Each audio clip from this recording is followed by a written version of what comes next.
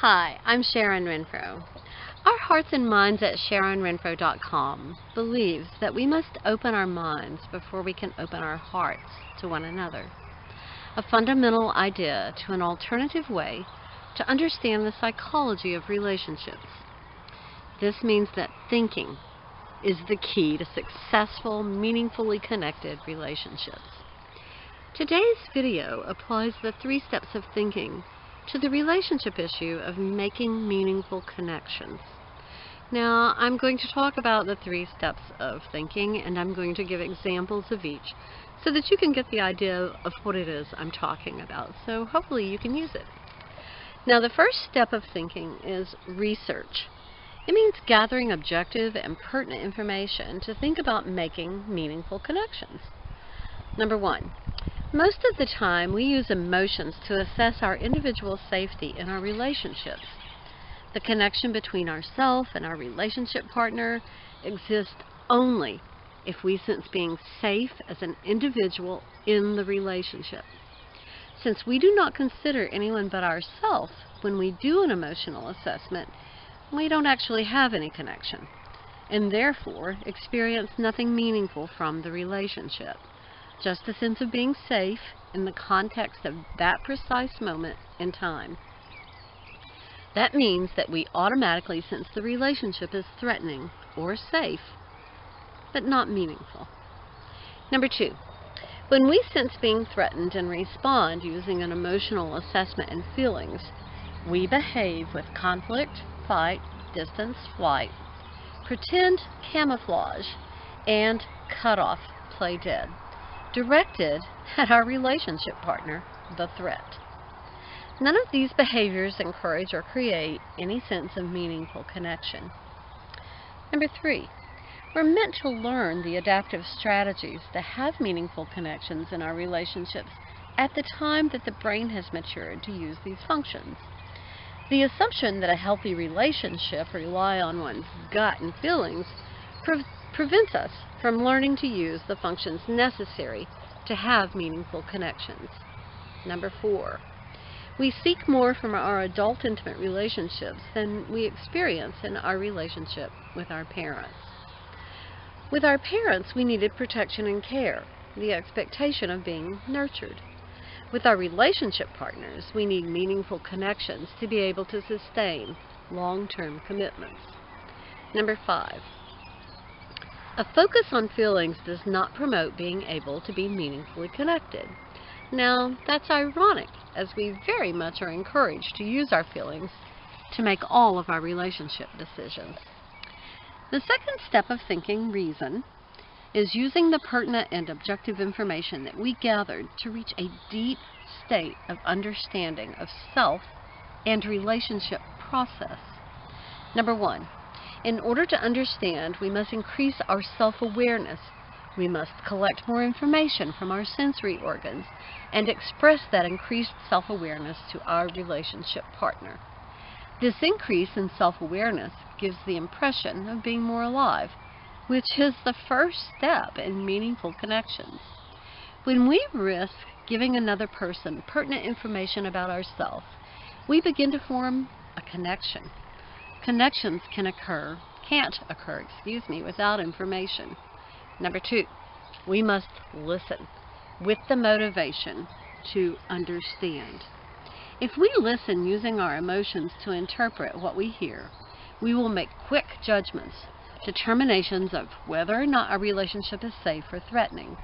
This instinctual assessment shuts down any possibility of meaningful connection. To correct this, we must deal with the perception and interpretation of threat as an individual, thus stopping the placement of issues into our relationships when those issues don't even belong there. We must keep our relationship partner informed of this process, to keep our relationship partner, to help them to know what's going on so that we don't create anxiety. Number 3, we must verify that we have accurately received and sent information, that our communications are clear. Placing information into narrow categories is a good indicator that we are engaged in an emotional assessment which poses a high degree of error and will not help us to connect to our relationship partner. Number 4, we must understand that the goal of attaining meaningful connections will demand our attention, life energy, and self-awareness. The third step of thinking is reflection, and reflection is the awareness of each component part of the individuals involved in the relationship and the relationship process and how it interacts to form a dynamic and fluid system which can be influenced by thinking. It also includes having empathy for another person, and that is critical for any connection. Number 1, when we want to form meaningful connections, we need to be aware of the possibility that we may discover that we're actually not compatible with our relationship partner. That discovery can, in and of itself, form a meaningful connection. Such a discovery will result in the need to make decisions about the future of the relationship. Number 2, to increase self-awareness to the level of making meaningful connections, it will be necessary to define who we are.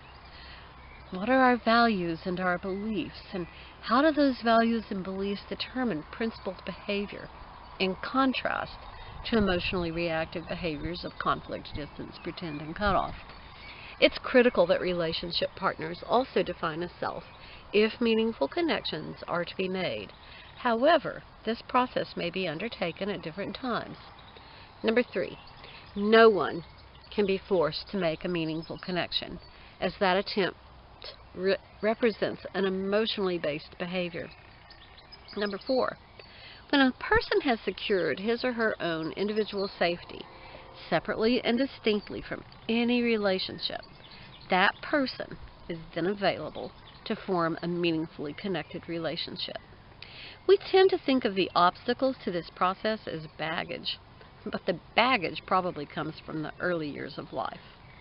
Number 5, the sense of respect, consideration, empathy, being able to choose to defer one's own needs for the interest of another person on a temporary basis, working as a team, having individual goals and goals for the partnership as partners, being deeply intimate, relating without engaging in an emotional assessment or acting on such an assessment, being committed to spending time and life energy to increase and improve self-awareness, and regularly assess goal attainment are all components necessary to forming and sustaining a meaningfully connected relationship. We must open our mind in order to open our hearts to one another. If these ideas have been beneficial to you, please like us to help others find us.